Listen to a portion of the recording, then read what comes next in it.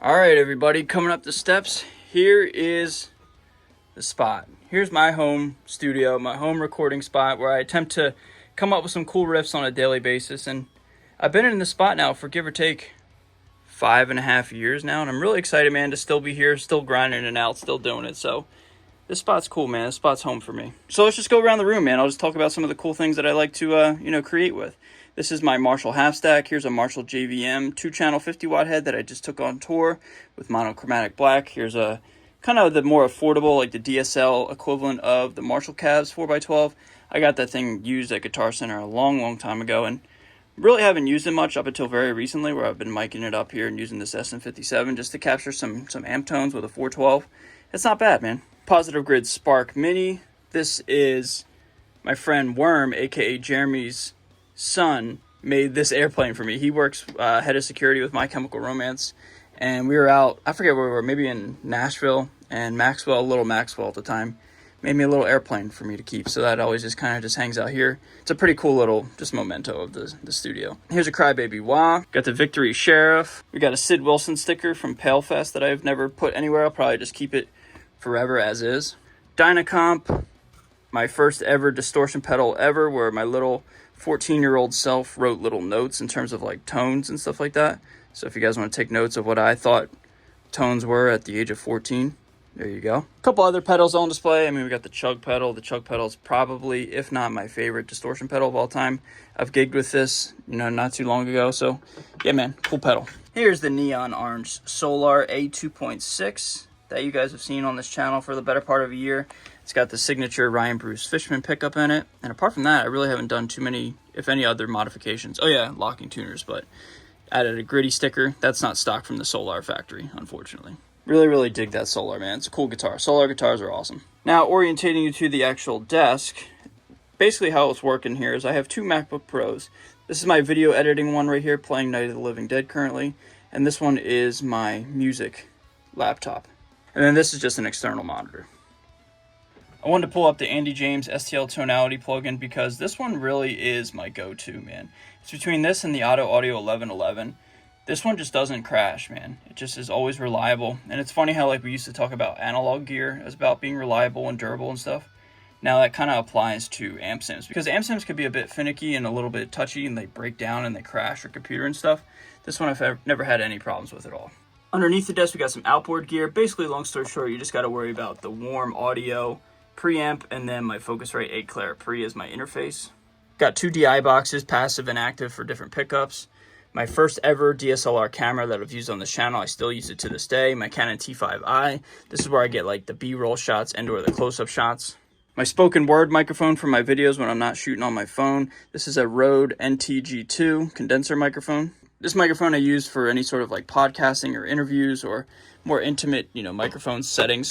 And in the back corner here are some of my guitars. Most of my guitars are out on display. There's a couple in storage and or in the other room. This one right here is one of my favorites and arguably the most beautiful guitar I've ever owned. This is a TWS guitar, custom made for me and the channel. Really beautiful top, man. Really thankful to own this one, and it sounds great, man. You guys should check these guys out on Instagram. If you're a guitar player, you've probably seen these online, and rightfully so. I mean, they just look out of this world, man. They don't look real almost. It's really crazy. Here's one of my more famous guitars that I always have here on the channel. I've had it ever since 2019. Most of the runtime of me being on YouTube. This is a 1978 Gibson Les Paul Custom, natural finish, and completely stock in terms of electronics. I've swapped out the bridge a couple times. We got a roller bridge on it now. This is all original. That's original. Pickups are original. Yeah, everything's original, minus the frets, the bridge, and the locking tuners.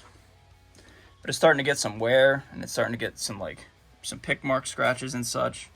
Really digging how this one's starting to age.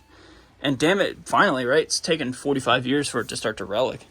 None of my collection or tour videos would ever be complete without showing the Squier Vintage Modified Baritone Jazzmaster.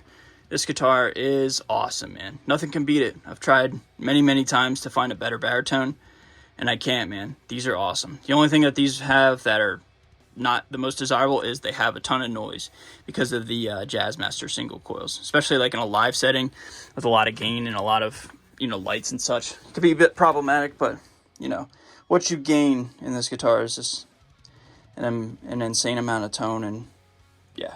Hey, what's up, everybody? You can see me there. But yeah, these guitars are awesome. You guys know that, right? This is my main DSLR camera. This is my Canon 80D I've had for like 4.5 years, give or take. And what's really cool about this Canon is I bought this lens, this Canon lens, aftermarket, and it's a wide-angle fisheye lens, and it makes this room look a lot bigger because anybody who's ever came into this space in person, they always say, wow, this place is actually a lot smaller than it looks online. And I'm always like, I know, right? It's the camera lens.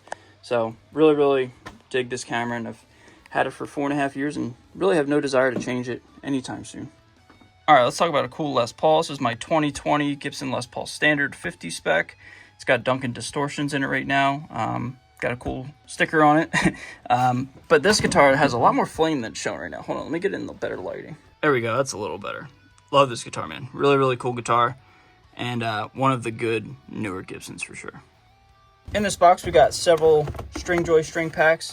Stringjoy's always been good to me ever since we started working together like 2 years ago. Yeah, I love Stringjoy. This beautiful guitar is my Balaguer Select Custom.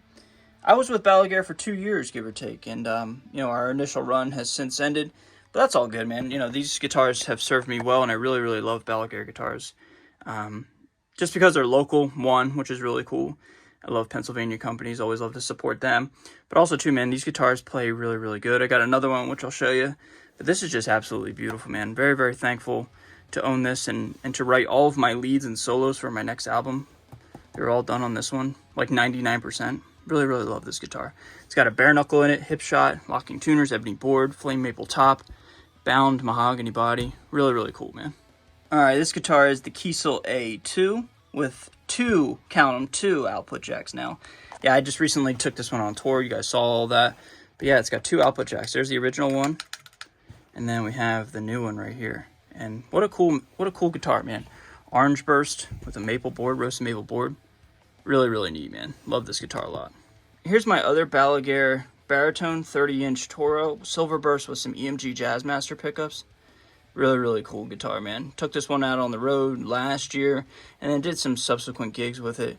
But the main thing I would love to do is to take this either to Balaguer or somebody and have them make the neck pickup sit better, because if you look, it's kind of like recessed into the actual pick guard, and I would love to get the bridge up a little bit closer to the actual strings as well. So this one needs a little bit of work, which is kind of the reason why I haven't been playing it as much, but regardless, you know, it's still here and I'll never get rid of it, and this guitar has a lot of sentimental value to me. This is the Vola Oz 7-string. This was also on tour with me 2 months ago. This was like my backup, give or take, air quotes. But I did play it almost as much as the Kiesel A2. And last but not least, in terms of guitars for now, I'm going to end it on the Gibson Les Paul Custom. I have to do a weird little dance right here because I don't want to put the headstock on the ground, because you guys already know the headstock's broken on this one, right? Yeah, I fixed that one and documented it and all that. This guitar is, you know, quite infamous already, and it's relatively brand new in my collection. But the repair's still holding, and that's all that matters to me, right? Here's a couple like VIP passes and artist passes and stuff like that. Over the last couple of years, I've gone to a couple cool places, and these are just kind of just hanging out, you know, at an arm's reach. I just wanted to bring them out for this video. This one is an Aquabats Bowling for Soup Less Than Jake one that I got last year. I was almost in the Aquabats for a day. That's a story for another day. There's Pale Fest. There's some of my Dean stuff. Yeah, this is the last tour I was on, so yeah, just cool like to constantly collect these. I got more elsewhere, but like I said, these are just kind of just sitting here. And that, ladies and gentlemen, more or less concludes this video. This is where I work, and this is where I write cool riffs on a daily basis. So just thank you guys so much for watching, and I really, really appreciate you guys just always sticking around, and I can't wait to continue to grow the channel and work from here, all right?